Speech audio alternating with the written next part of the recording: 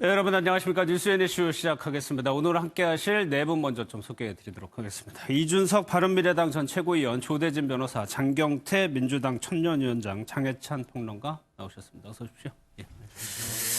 오늘 저희가 준비한 5개 소식부터 좀 살펴보도록 하겠습니다. 먼저 북한 선언들, 북한으로 압송이 됐는데 이들은 이 사실을 모르고 있었던 것 같습니다. 판문점에서 북한 군인들을 봤을 때 털썩 주저앉았다는 얘기입니다.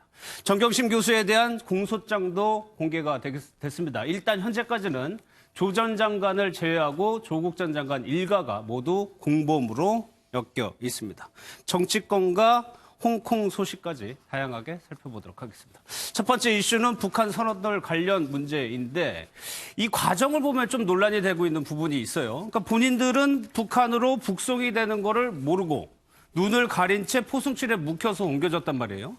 이준석 의원님, 이 얘기는 본인들이 북쪽으로 간다는 사실을 모르고 이동을 했다는 얘기가 되는 거거든요. 그렇죠. 근데 제가 이제 굳이 비교하자면요. 이제 난민 문제에 있어가지고는 그 무슬림 형제단이라고 준테러 단체에 해당하는 곳 소속된 분들이 한국에 왔을 때 그 이집트 국적이었는데 그분들이 송환되었을 때는 그 나라에 돌아가서 박해를 받을 가능성이 있기 때문에 난민을 지위를 인정해야 된다는 법원의 판결이 있었거든요. 그런데 그걸 따져본다면은 저 북한에서 온 사람들이 실제 어떤 상황에서 오게 된 것과는 별개의 문제로 돌아갔을 때 상당한 박해를 받을 가능성이 있었을 때는 우선 인도주의적 차원에서 국내에서 조사를 더 하는 것이 이제 맞는 상황이거든요. 특히 헌법상에서 그 탈북자 같은 경우에는 우리나라 국민으로 인정받는 특수 지위를 가진 사람들입니다. 그런데 그 상황에서 의도와 반대로 이제 북송되었다는 것은 사실 정부의 이번 조처가 많은 면들을 살펴봐도 많은 기관들의 어떤 합의된 결론이라기보다는 청와대가 주도적으로 움직였다는 그런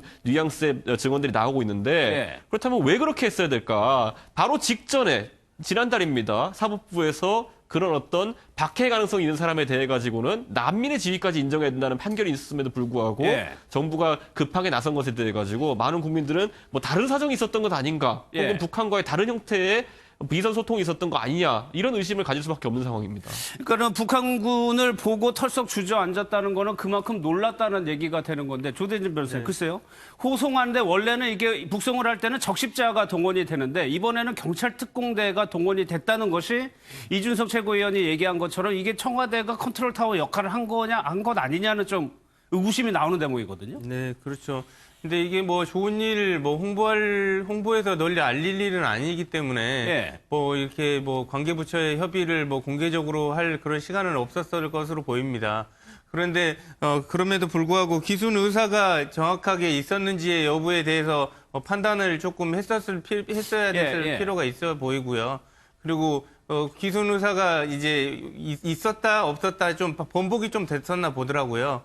그런 번복이 되는 과정에서 이렇게 그 청와대가 조금 빨리 신속하게 처리하려는 그런 주도적인 입장을 취했던 것 같습니다. 그 기순 의사와 관련해서 통일부 장관은 기순 의사 부분에 대해서 일관성이 없었다라고 얘기를 한 적이 있습니다. 한국당에서는 당연히 좀 반대 의견을 내고 있고 영상을 좀 보도록 하겠습니다. 이들은 우리 해군에 의해 제압된 직후에 기순 의사를 표명하기도 했지만은 그것이 일관성이 없고 또 동기나 그동안의 행적 며칠간을 판단을 해봤을 때 그것이 없다고 판단을 했습니다. 이들이 살인 등 중대한 비정치적 범죄로 북한 이탈 주민법상 보호 대상이 아니고 흉악 범죄자로서 국제법상 난민으로 인정할 수 없다고 판단하여 추방을 결정하였습니다. 오늘날 홍콩 사태가 촉발하게 된 계기가 무엇인지 한번 살펴볼 필요가 있습니다. 이른바 범죄인 송환법입니다. 북한 주민 관련된 북송과 관련해서 우리하고 무관한 일만은 아니다라는 생각을 해봤습니다. 최근 강제 북송된 북한 주민들이 분명히 귀순 의사를 밝혔다고 합니다. 귀순 의향서를 자필로 썼다는 보도까지 있습니다. 핵심은 북한 눈치 보기 아니었느냐. 상임위만으로도 진실을 밝히는데 부족한 점이 있다면 국정조사라든지 이러한 부분도 검토해 볼 수 있다는 말씀을 드립니다. 탈북을 하거나 귀순을 하게 되면 우리 정부에서 여러 차례 조사를 받게 되는데 초기에는 여기에 있겠다라고 자필로 글까지 썼는데 나중에는 죽더라도 북으로 돌아가겠다고 진술을 바꿨다. 이것을 장경태 위원장님, 정부에서는 귀순 의사가 없다는 걸로 판단을 했었다는 얘기가 되는 거거든요. 아무래도 귀순 의사를 말씀하실 때도 아마 일관되게 하셔야 되거든요. 근데 예. 뭐 일단 표류한 것도 아니고요. 또 정치적 탄압을 위해서 온 난민도 아니었습니다. 그렇기 때문에 이 흉악범 아니겠습니까? 사실 살해범이기도 하고요. 그렇기 때문에 포로가 아니기 때문에 군인이 또 인솔하는 것보다는 범죄자는 또 경찰이 또 인솔하는 게 훨씬 더 적절했다라고 보여지고요. 예. 아마 이 부분에 대해서 이 북측에 있는 송환 과정에서 대부분 다 북한 이탈 주민법 얘기를 하시는데 귀순 의사가 분명해야 되고요. 저렇게 흉악범에 대해서까지 적용되는 법은 아닙니다. 그렇기 예. 때문에 우리 국민을 보호하기 위해서도 적절한 조치를 했다고 봅니다. 근데 장혜철 평론가 이런 모습 자체가 이 사람들이 심리적으로 좀 불안하다.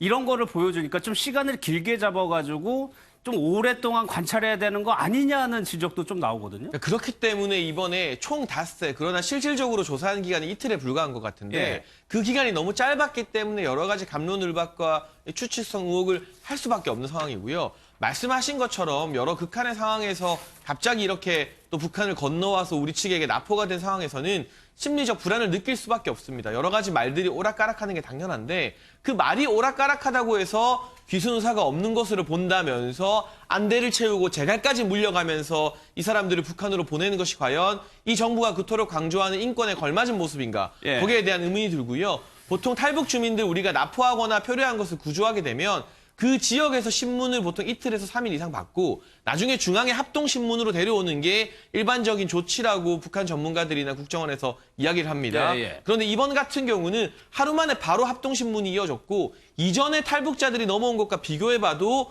조사 기간이 극도로 짧았다는 점. 예. 그리고 북한에서 먼저 송환을 요구한 것이 아니라 우리가 먼저 북측에 연락을 해서 이 북송할 것을 문의해봤다는 점을 미루어 봤을 때 우리 정부에서 지나치게 북한의 어떤 대북 관계를 의식한 북한 눈치 보기를 한 것이 아닌가 하는 비판을 좀 피하기 어려워 보이고요. 이 사람들이 문제가 있을 수도 있어요. 네. 그래서 우리가 받지 않을 수도 있고 북송할 수도 있습니다. 그러나 결과 이정에 중요한 게 민주주의 사회에서는 절차이고 과정인데 예. 그 과정이 너무나 주먹구구식으로 짧게 이루어졌다. 여기에 대한 비판 청와대가 피하기 어려워 보입니다. 이것이 이제 보수 성향의 시민단체들이 이제 고발을 하면서 법적인 문제까지 가는데 조대진 변호사님, 글쎄요, 이게 법적으로 판단을 할 수 있는 영역이고 문제인가요? 일단 법적으로 그 명확한 근거는 없고요. 예. 일단 그 기순하려는 의사를 제일 중요하게 판단을 합니다. 그래서 기순하는 의사가 있으면 일단은 해외에서 외국에서 범죄를 저지르고 왔다고 하더라도 북한에서 범죄를 저지르고 왔다고 하더라도 예. 기순을 시키는 게 정당하고요. 그리고 다만 이제 국내에서 지원만 안 해줄 뿐이죠. 그렇기 때문에 그 기순 의사를 기준으로 제일 먼저 판단한다는 점에서 그게 제일 중요한 기준이라고 보여집니다. 그러면 그건 또 주관적으로 또 볼 수 있는 부분도 좀 있어 보이네요. 또 하나 의문점이 있는 게 이준석 의원님, 글쎄요. 북한 어선이라는 게 뭐 고도화된 어선이 아닐 겁니다. 굉장히 그렇죠. 낙후된 시설을 가질 수밖에 없는 건데 이거는 이제 국회에다 보고를 한 내용이에요. 스마트폰까지는 그렇다 치더라도 노트북이 발견이 됐다. 노트북을 싣고 다닐 이유가 있을까요? 아니, 그러니까 북한에서 표류하는 선박들이라고 하는 것들, 예. 지난번에도 목선 이제 들어와가지고 봤을 때 그 사람들은 뭐 어로 활동을 하는 것처럼 보였다지만은 실제로는 각 잡힌 군복 같은 걸 입고 있었고, 이번에 왔다는 분들도 노트북이랑 뭐 GPS 장치, 거기 예. 스마트폰까지 이렇게 구비한 상태에서 내려왔다는 거는 저는 글쎄요, 일반적으로 뭐 사실 오징어 잡이 배에서 보기 어려운 물품들이 아닌가 싶고, 예. 지금까지 우리가 어쨌든 이 사람들이 16명을 3명이 살인했다는 아주 믿기 어려운 그런 정황 그것도 좀 속에서 의문점이 많아요. 살인범 단정됐지만은, 예. 자, 지금 국내 상황에 치안해서 봤을 때 지금 화성 연쇄 살인범 이춘재 씨가 뭐 여러 다른 범행들을 자기가 했다고 진술을 하고 있지만은, 우리가 그걸 검증하기 위해 노력하는 건 뭐냐면은 그 심리 상태에서는 솔직히 어떤 말도 할 수 있는 거예요. 그러니까 어차피 나는 이제 뭐 어느 정도 사법적으로 많은 죄를 지었으니까 좀 더 무용담을 털어놔야지, 이렇게 할 수도 있는 것이기 때문에 우리가 그걸 100% 믿지 않고 거기서 다른 어떤 물적 증거들을 찾아 나서는 것인데, 예. 이 오징어 잡이배에서 처음에 이분들이 진술했다는 것도